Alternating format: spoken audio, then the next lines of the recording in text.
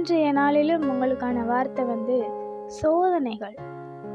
1 கொரிந்தியர் 10:13 சொல்லப்பட்டிருக்கு, உங்கள் திராணிக்கு மேலாக நீங்கள் சோதிக்கப்படுகிறதுக்கு அவர் இடம் கொடாமல் சோதனையை தாங்கத்தக்கதாக சோதனையோடு கூட அதற்கு தப்பிக்கொள்ளும்படியான போக்கையும் உண்டாக்குவார்.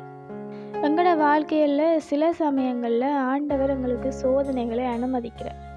சில நேரங்களில் பிசாசானவன் எங்களுக்கு சோதனைகளை கொண்டு வர. ரெண்டுக்குமே வேதத்தில் உதாரணம் இருக்குது. ஆண்டவர் சோதனைகளை அனுமதிக்கிறார். அதுக்கு உதாரணம் நாங்கள் யோசேப்புவை பார்க்கலாம்.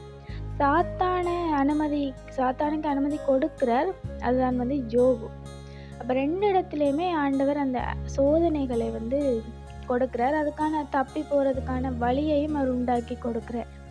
எங்களுக்கு வாழ்க்கையில் சோதனைகள் நோமலாக வராது. அதுக்கு ஏசாயா 48:10 பார்த்தா அவர் சொல்கிறார், இதோ நான் உன்னை புடமிட்டேன், ஆனாலும் வெள்ளியை போலல்ல, உபத்திரவத்தின் குகையிலே உன்னை தெரிந்து கொண்டேன். எங்களுடைய வாழ்க்கையில் வர உபத்திரவங்கள் அதில் நாங்கள் எப்படி விளங்குறோம்ன்றதை பொறுத்து தான் நாங்கள் சோதனைகளில் ஜெயிச்சு வர முடியும். எங்களுக்கு ஆண்டவர் எல்லா வகையாலையும் எல்லா விதத்துலையுமே எங்களை டெஸ்ட் பண்ணுவார். நாங்கள் அதில் பொண்ணாக விளங்குறோமோ இல்லையோன்னு அவர் எங்களை சோதிக்கிறதுக்காக தான் இந்த சோதனைகள் எல்லாத்தையுமே எங்களோட வாழ்க்கையில் அவர் அனுமதிக்கிறார். ஆனால் நாங்கள் எல்லா சோதனைகள்லையுமே சில சமயங்களில் தோற்று போகிறவர்களாக இருக்கிறோம். சில வியாதிகள் எங்களுக்கு அனுமதிக்கப்படுது. சில சோதனைகள் நாங்கள் அதுலேருந்து ஜெயிச்சு வாரத்துக்கு அனுமதிக்கப்படுது. சிலவற்றை நாங்கள் சிலுவை போல் சுமக்கத்தான் வேணும்.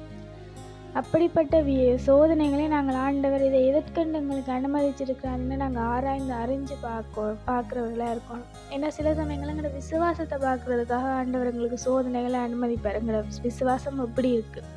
இப்போ யோசேப்புக்கு ஆண்டவர் அவளை சோதனைகளையும் அனுமதிக்கிறார். ஆனால் யோசேப்பு எந்த ஒரு இடத்துலையுமே மனம் தளர்ந்து போயில்லை, ஆண்டவரை விட்டு பின்மார்க்கமாக போயில்லை, அவரோட விசுவாசத்தை அவர் விட்டு விலகி ஓடி போகவே இல்லை. எல்லா சந்தர்ப்பங்களையுமே அவர் ஆண்டவரை நோக்கி பார்க்குறார். அந்த விசுவாசத்தில் உறுதியாக நிற்கிறார்.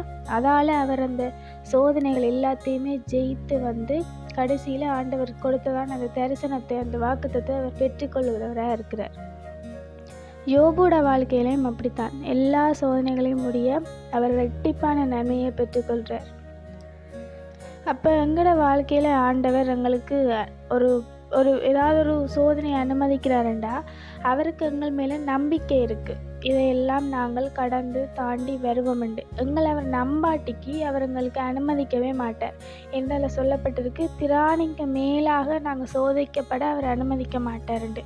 அப்போ இவ்வளோத்தையுமே நாங்கள் தாண்டி வர எங்களால் முடியுமென்று அவர் நம்புகிறபடியாக தான் எங்களுக்கு எல்லா சோதனைகளையுமே அவர் அனுமதிக்கிறார். ஆனால் நாங்கள் என்ன செய்கிறோம்டா, எனக்கு ஆண்டவர் இப்படி அனுமதிச்சிட்டார், என்ன இப்படி இந்த பாதையில் நடத்துகிறாருன்னு சொல்லி நாங்கள் புலம்பி அழுகிறவர்களாக இருக்கிறோம். ஆண்டவர் அனுமதிக்கிறவர், எல்லாத்தையுமே நாங்கள் தாங்கிக் கொள்கிறோம்ன்ற நம்பிக்கை அவருக்கு எங்கள் மேலே இருக்குது.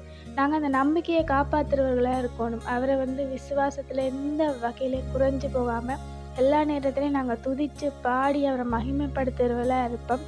ஏனென்றால் அவர் சோதனைக்கு தப்பிக்கொள்கிறதுக்கு அதுக்கேற்ற மாதிரி அவர் வழிகளையுமே உண்டாக்கி தரவராக இருக்கிறார். Have a hopeful day.